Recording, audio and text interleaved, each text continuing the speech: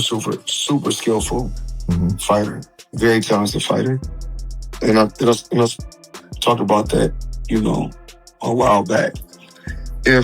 And I thought about this, if he wanted to go to 168 and he want to fight Canelo bad and Benavidez want to fight Canelo bad, if they can't get Canelo, they can fight each other. Benavidez and Crawford. Whoa, wait a minute. Wow, for real? I'm saying that both of you guys are chasing one fighter. If y'all feel like y'all chasing them and y'all can't get that fighter, then y'all should stay fighting. We'll fight each other.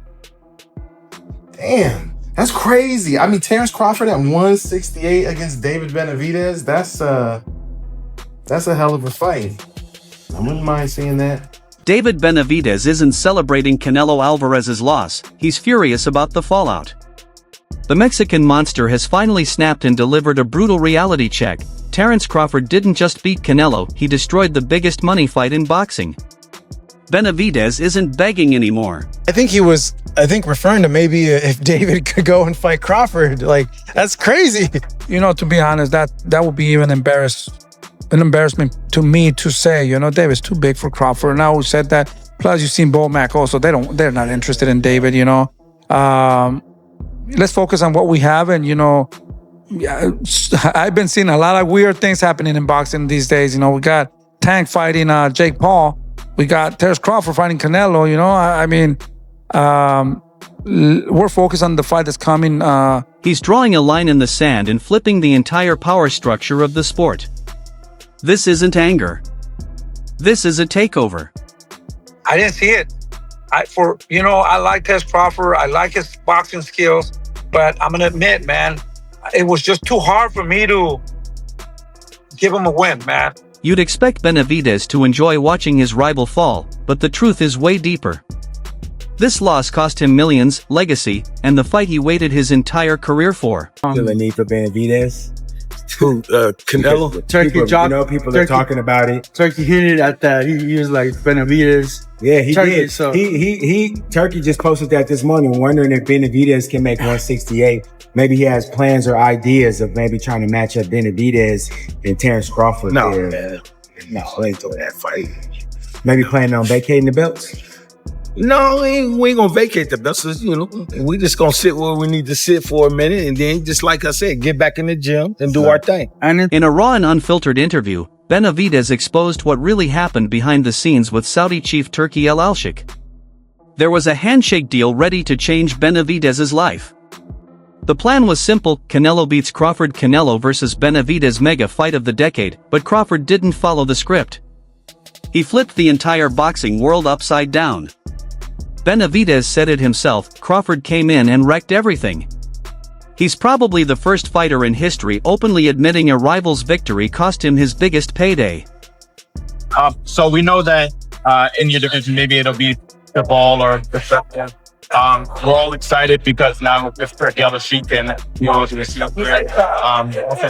and Crawford, which would you prefer the winner of if there was a possibility down the line now that you want? To be honest with you, if I were me and Canelo, whatever happened at 168. I want to go back to 160. I'm good at 175. I'm world champion here. So if you want to come up to fight at 175, I'm all good with that.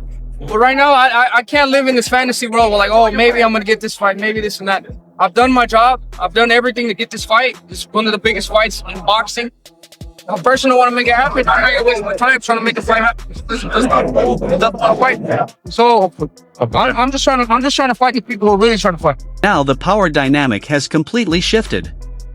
For years Benavidez was the hunter chasing Canelo. Not anymore. He's the WBC interim champion at 175 and he's done cutting weight for a fighter who just got humbled. His ultimatum is cold, final, and non-negotiable. If Canelo wants Benavidez, the fight happens at 175. Period. No more going down. No more compromising. He wants respect on his terms. I'm very excited, bro. We're right here. We're on this side of the street, Riyadh season, to where all the big fights get made happen. And I'm excited to be here because I know I'm going to get these big opportunities after this fight. A lot of big opportunities are coming in. But first things first, I'm 100% focused on my fighter, Anthony Yarde. I know he's a good fighter. He has a lot of experience. He's been in there with the best. But I'm just going to be too much for him. Right now, the moment where I'm at in my life, I feel like I'm a couple years away from taking over the sport of boxing, and I can't wait to do that and show the people who I am, show them how good I am. You know, like I said, there's a lot of great fighters on this side of the street, and I'm ready to fight all of them, and I'm ready to prove myself to the world and to the people that I'm going to be the best. With the Canelo fight frozen, Benavidez has a new target, Anthony Yarde. And he admitted the truth, the money is insane. A Saudi-level payday. But he isn't just showing up for a check. He promised a war and delivered one. That TKO wasn't just another win. It was knockout number 25 added to his legend. And even then, Benavidez called it a B-grade performance. That's how high his standard is. He knows he can do better. He sees himself as a destroyer, not a boxer. Yarde was explosive and hungry, exactly the danger that wakes the monster in Benavidez. And when the fights are being made, because I've been in a position from back then like Canelo Alvarez, you know what I mean? We were trying to get that fight for years and years, and that fight didn't happen. So, you know, I kind of learned how to, learn how to block everything out, and I just prepare for what's in front of me, you know what I mean?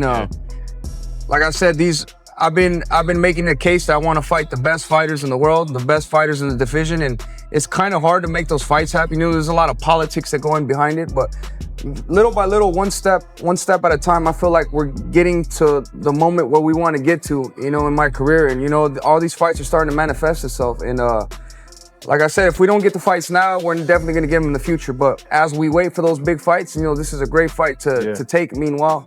For years his whole career seemed like it was only about one fight, when will he face Canelo, but for the first time, Benavidez admitted he's letting it go. He finally realized boxing politics were holding him hostage.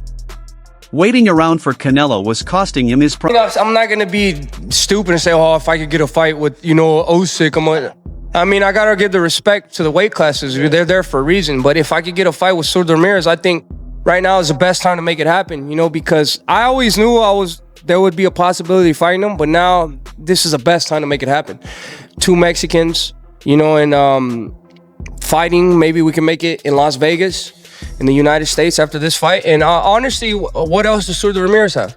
I know they're trying to fight Opataya, but honestly, I'm a bigger name than Opataya right now because of what I've done in the fights I've fought. I'm not saying that I'm you know, stronger or whatever it is. You know, I've done the work. I've fought pay-per-views. You know what I mean? I've put in the work. So I think it's solidified that me and versus Surdo Ramirez will be a bigger fighter than Surdo Ramirez versus Opataya. And then that's just in my opinion. You know, no disrespect to Opataya or nothing. He's a great fighter.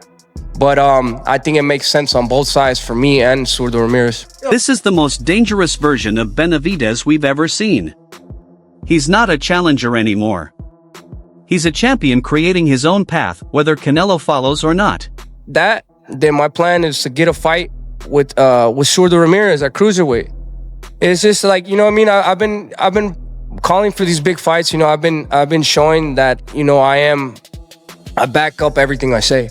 You know what I mean? And I think, you know, I've been held back a lot, not only because these other fighters, they know that they don't want to give me opportunity because they know what's going to happen.